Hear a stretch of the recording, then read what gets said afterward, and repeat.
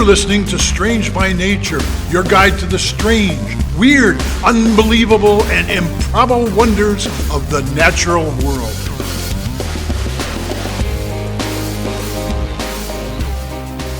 Hello, everyone, and thanks for being here today. I'm Kirk Mona, and joining me are Rachel Gimza and Victoria Thompson. We're all naturalists who together have scoured the world for weird and wonderful wonders, just to please your mammalian brain's desire for novelty. Isn't that nice? Let's do this. Well, hello everybody. Welcome to the show. Good to be here. Oh, it's so good to be here. I'm here just with Rachel this evening. Kirk has got some personal stuff going on this week and couldn't make it, so it's just the two of us, but we have some awesome topics here for you. At least mine is awesome. I assume I'm yours is awesome, super Rachel. excited about this, Victoria. Okay. Well, I'm going to get us started this week. And, tool use, non-human tool use, of course, is such a fascinating topic in nature. Yeah. We've talked a little bit about tool use in non-human animals. Mm-hmm. And today I'm going to talk about a sort of a variation, animals using other animals as tools. I'm sorry. I feel like the definition of tool should be an inanimate object used to do a task, not using another animal to do a task. That's interesting. What? I mean, what would you say to like a horse pulling a carriage? Is that a tool? I don't know.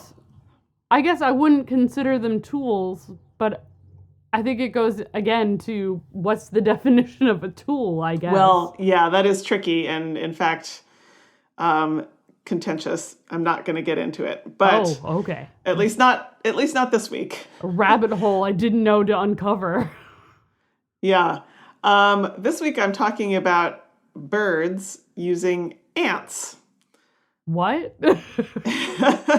Okay. Many species of birds, at least 200 species of birds, will on occasion pick up an ant in their beak and rub it over their skin or feathers. Okay. Yeah.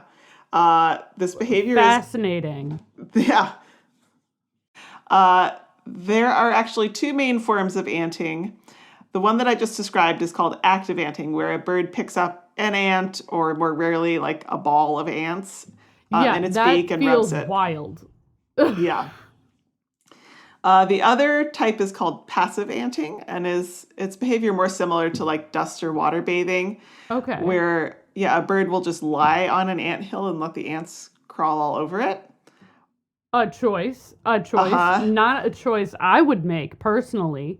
No, me either. Feels like a bad time. Yeah. Or sometimes the bathing will occur in the dust of abandoned anthills. And this just total sidebar. When my son was about 18 months old, we were out in the garden in the backyard. And I don't know, I was doing some gardening and I think he was just exploring around. And all of a sudden he comes over to me very urgently and he's going, I'm like, what's going on? What's going on? And I suddenly see that he's covered with ants. Absolute nightmare. He must have started poking in an anthill somewhere. And was his little toddler way of saying ant. Like, yes, there are a lot of ants. Let's brush these off of you. Let's get these off here. Yeah, we had to take his clothes off to get it all off. Not surprised. Oh my gosh. So I guess this happens to humans too, but not on purpose as far as I'm aware. But birds do it on purpose. Again, and a choice. Of course, it's kind of strange. This behavior was first described by science in 1831 by none other than John James Audubon. Oh, cool. Yeah. Yeah, he noted wild turkeys wallowing in abandoned anthills. But, it's not always the easiest behavior to catch sight of in the wild. And a lot of the observations are pretty anecdotal. There's not a ton of experimental research on the topic. Okay. Not surprising. Yeah. So, of course, the big question here is why? What? Yeah, why would you want an ant all over your feathers, your body? Because we have jokes about ants in our pants. Like, Right? It's not comfortable. no. I've personally stepped on a fire ant hill as a child while trying to fly a kite, and that was dear. no fun at all. That sounds like a bad time, Victoria. It was a really bad time. As far as I know, birds are not using fire ants for this. The species of ants that they most commonly use are ones that use formic acid as a defense mechanism. Okay. And formic acid is like pretty closely associated with ants. The name formic comes from, I think, the Latin for ant anyway. But it has anti-parasitic properties. So the hypothesis is that by anointing their feathers with the ants, like sort of forcing them to release their formic acid, that'll discourage bacteria, fungus, lice, etc., Okay. on their skin and feathers. This all sounds good, sounds intuitive, but there was an experiment published in 2004 where they used agar plates. So this was a lab experiment, not using actual birds, but they had agar plates with different bacteria and fungi, and they used different ant chemicals to try to inhibit the growth of these microbes on the plates. And they did find that pure formic acid did stop the growth of them, but the levels of formic acid that are found in ants, as well as other compounds that the ants secreted, were not enough to keep the bacteria and the fungi from growing, at least in this experiment. It's not definitive, but it's kind of interesting in that it leads away from that hypothesis. So the next leading hypothesis is that the birds are using the ants as a kind of skin conditioner. Awful. We can introduce them to other ones. Right? Yep. You can get some much better ones at your local pharmacy. But the birds don't always have access to those. That's fair, I guess.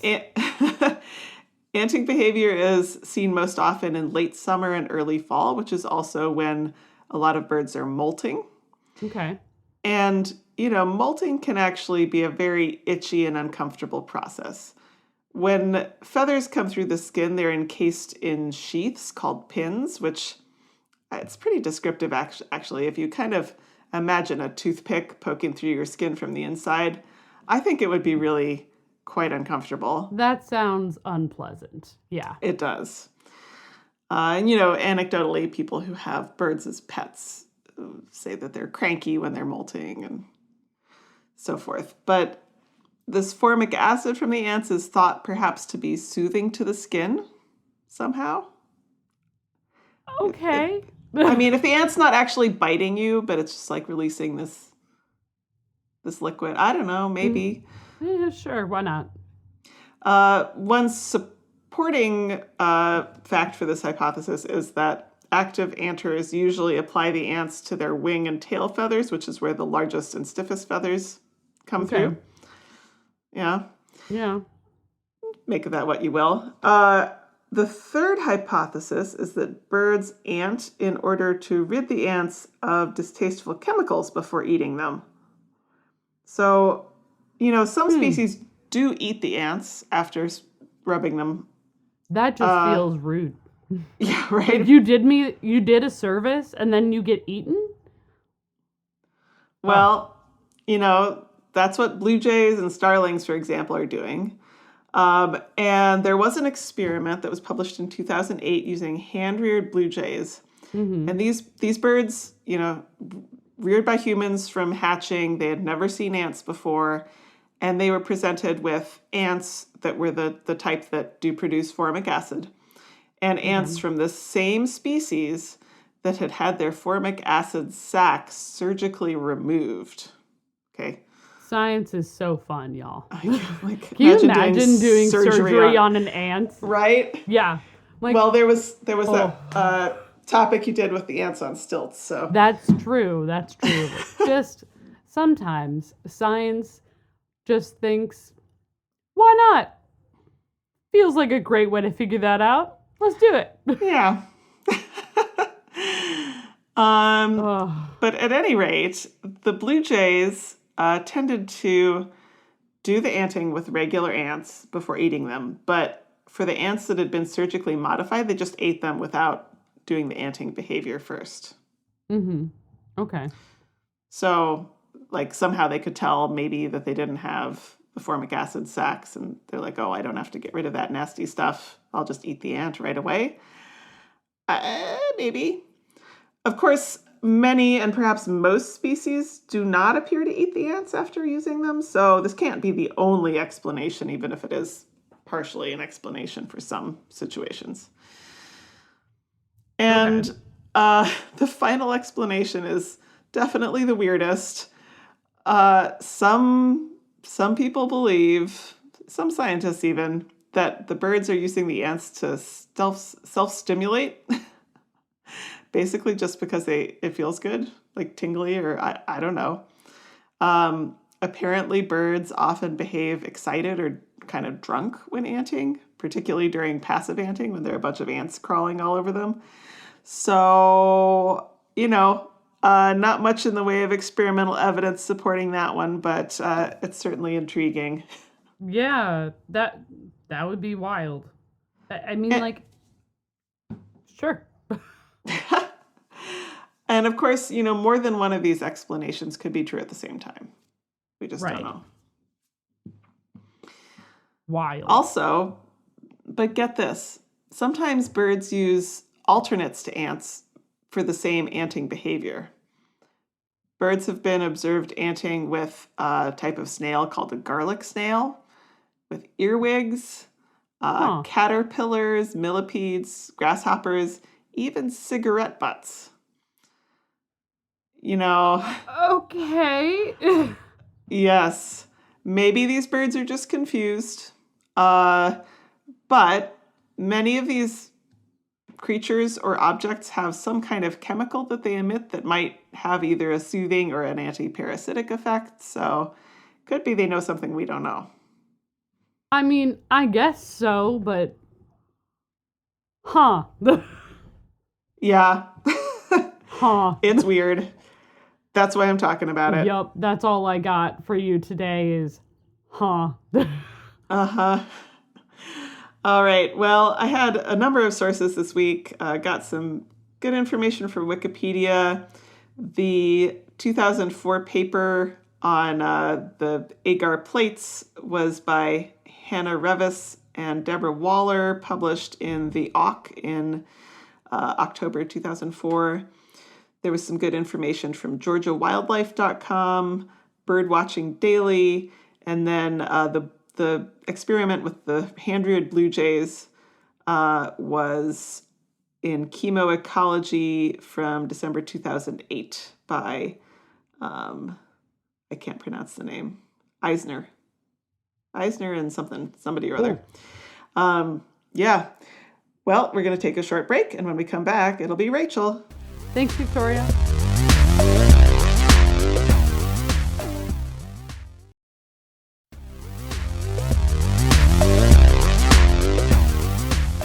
All right, welcome back to the show, everyone.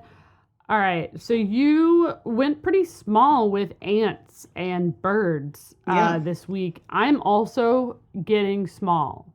So way back in episode 150, you talked about shrews. Which, yes, I found a shrew in my basement. Exactly. Like that, by the way, I looked, this was like 2022, 2023 that we talked about shrews. So if you haven't listened to that episode, you should, because it's wild.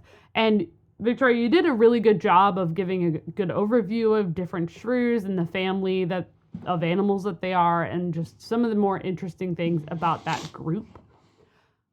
So a brief refresher for all of us, because let's face it, it's been over 100 episodes, so let's talk about those. I am going to get into the specifics of a certain shrew today that is pretty fascinating, so we're not just rehashing. I actually have something slightly different. So brief refresher. Okay. While they look like mice, They are actually not in the rodent family at all. They're in their own group, partially due to the fact that they are carnivores as well. They don't really eat plants and things. They're not rodents. So in your head, envision a mouse with short little legs, a real slender pointed snout. Think like very conical, very, very pointed. I always think that it's very like villain-esque in a cartoon. And they have really small eyes, and their fur is pretty dense. And like I said, they are primarily insectivores or carnivores. Some of them have been documented taking down larger prey or like frogs and amphibians and things. So they don't really eat plants. That's not their thing. Being small, and you covered this in your episode of Shrews, they have to eat a certain amount of food every day in order to keep their body and the heart rate going, because it's really hard to be a small mammal. You have a certain body temperature you have to keep at a certain point, otherwise you're gonna die. It's a thing. So now that we have a brief refresher on shrews, and one of the things I didn't mention, but you did mention that some of them are even venomous, which is wild. We love venomous mammals on this show. We will continue to love the venomous mammals that keep appearing. So this week, I want to get into the specifics of certain shrew. This shrew is called the Hero Shrew. Hero like superhero? Yes, like superhero. Actually, it's a great thing that you brought up. Anyway, the Latin name, Kirk, you are editing this, I assume, so please add this to my tally. Scutosaurus somerini. Thank you. Holding for applause, everyone. Thank you. Sounds great. I'll give you full points for that. I have no idea how it's spelled. I'm not going to spell it. So this is a rather large shrew, and it lives in the Congo Basin in the middle of the African continent. In the undergrowth of the forest, both the lowland and the highland rainforests. It's a grayish-brown color, which is not unheard of for shrews, and is about, on the big side, it is 25 centimeters long from tip to tail. Oh, that is a pretty big shrew. For those of us who don't speak science, that is 9.6 inches from tip to tail on the high end. They get to be maybe like a couple inches shorter otherwise. But that's still pretty big. It's not the biggest shrew, but it's up there. One thing to note is that their fur is actually split into two different types. One is a little bit more special than the other one, I guess.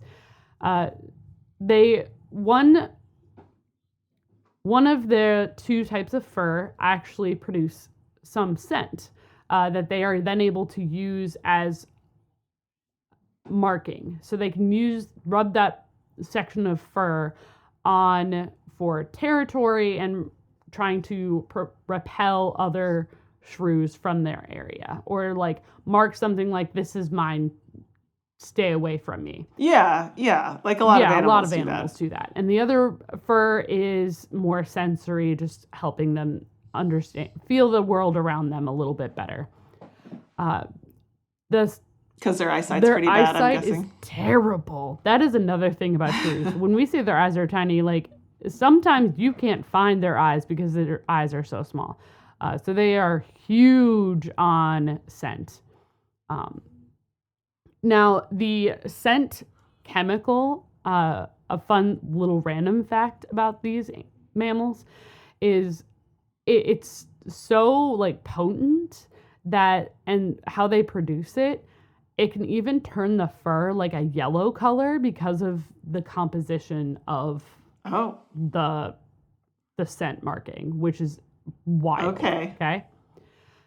Do we know what it smells like? I should have looked that up. I did not. I bet it probably smells terrible. I will be honest that these mammals are just kind of getting their heyday, sort of. They're not super well understood. There's not a ton of information about them, but there's still some. So that is not something I looked into, partially because all of what I just said is just a side note. Okay. All right? So this is just background for you. To get into the really strange thing, let's tell a story. Oh, I love a story. Now, the people of the Congo, like the native people of the Congo, the Mengabetu, have known about the Hero Shrew for a very long time. And there's actually some traditions around the shrew that I can get into in a minute if you want. Way back in Please. 1910, some locals were helping an exhibit. Way back in 1910, some locals were helping an expedition in the Congo Basin. They were naturalists, so they were exploring and trying to learn about all sorts of things. Take it however you will. Herbert Lang and James Chapin were these naturalists. And they all came across this hero shrew, okay? And as the story goes, one of the Mengabetu men, who was around 160 pounds, did a little bit of a ceremony and then stepped on the shrew and balanced on one foot on top of this shrew. Wait, Yes. what? Yes.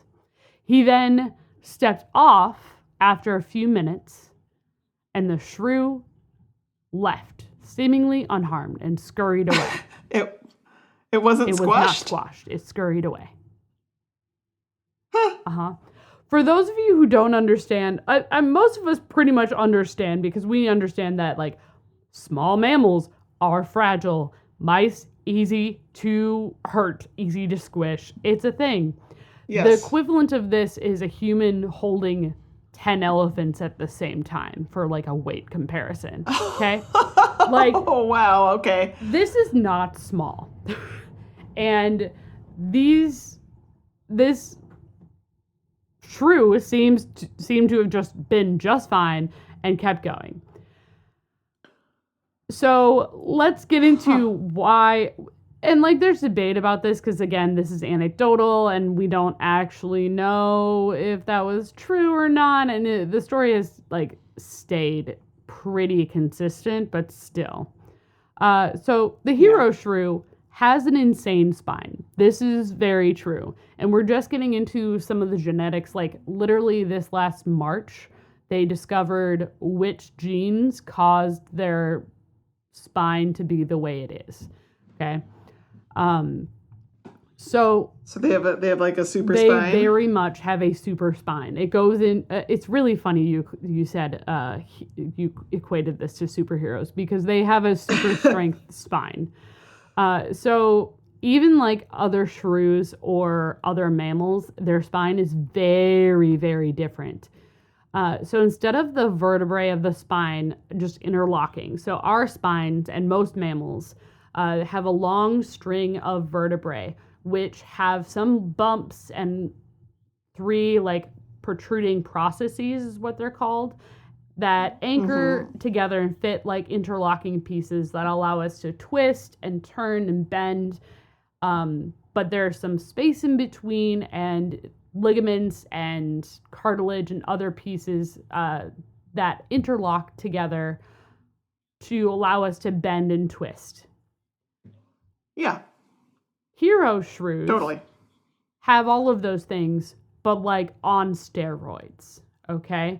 To the point when you look at it, it looks like a single big bone structure. It doesn't look like a vertebrae.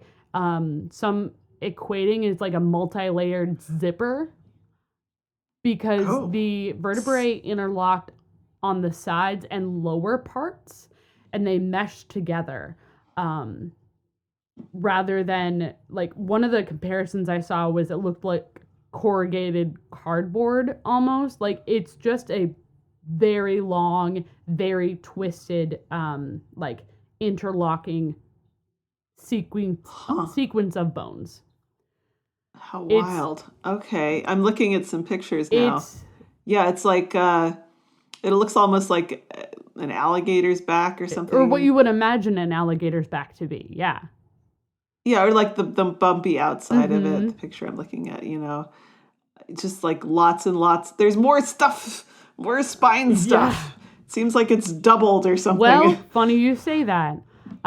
So instead of, most mammals have 5 lumbar vertebrae, which is our lower back. This is the part that if you have back problems, often it's your lumbar that are the issue. As someone who has thrown their back out multiple times, it's usually the lumbar. They have, instead of the 5, most mammals have 5, not just humans, mammals in general. 5 lumbar vertebrae. Vertebrae. They have 11. Oh, okay. And they're still small, and it just interlocks so well. This also means that their movement is different. They've been equated to moving very similarly like a snake because they kind of go back sideways, side to side more of how they move versus up and down because of how their spine interlocks. They are not able to like move up and down very well, but they can move side to side extremely well. To the point where they are actually able to flex 180 degrees sideways in a burrow. Like if there was something off to the, like hitting their tail and there was space for them to be able to turn, they would be able to bend 180 degrees, like pretty much in half to like grab whatever it is. Oh my gosh. Absolutely wild. Okay.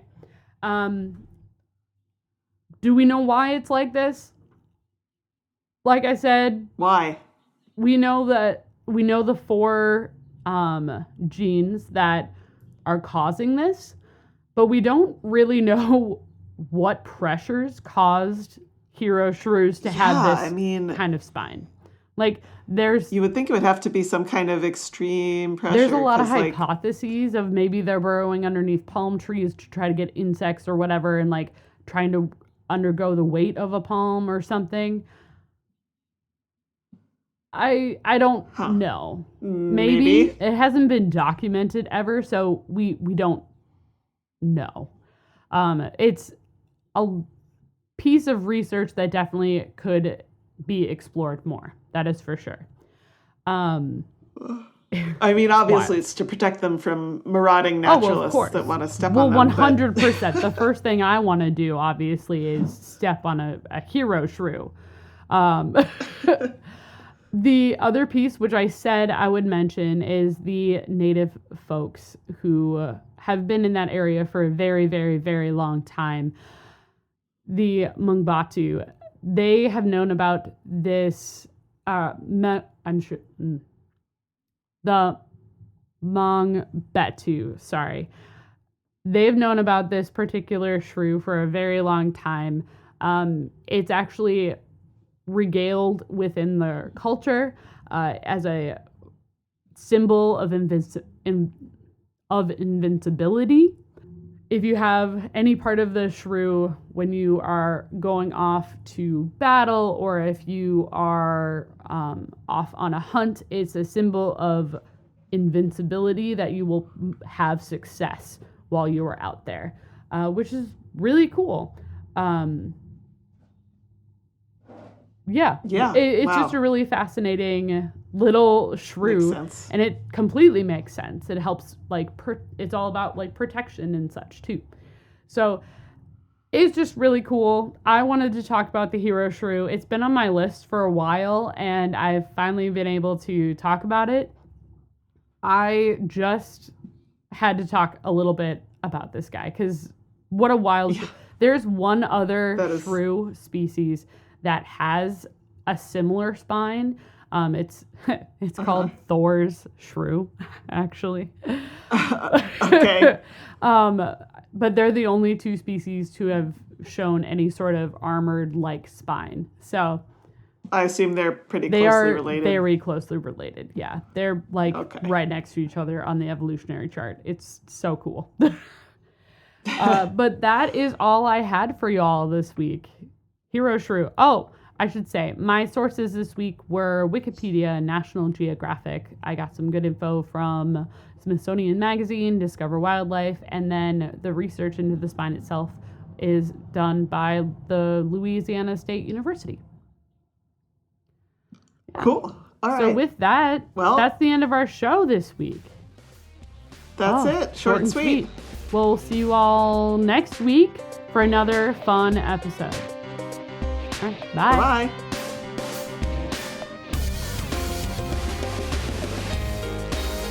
Thanks everyone for listening to today's show. Be sure to subscribe. New episodes drop every Wednesday, and we love sharing this strange world with all our listeners. If you would be so kind as to leave us a 5-star rating and review wherever you get your podcasts, that would be great. It lets other lovers of the strange discover the show. You can reach us by searching for Strange by Nature Podcast on Instagram, Facebook, and Blue Sky. You can send us an email as well. Our address is contact@strangebynaturepodcast.com. If you want more information about the show, you can check out our website, strangebynaturepodcast.com, and you can support the show and get ad-free episodes at patreon.com/strangebynature. Until next week, get outside, stay curious, and embrace the strange.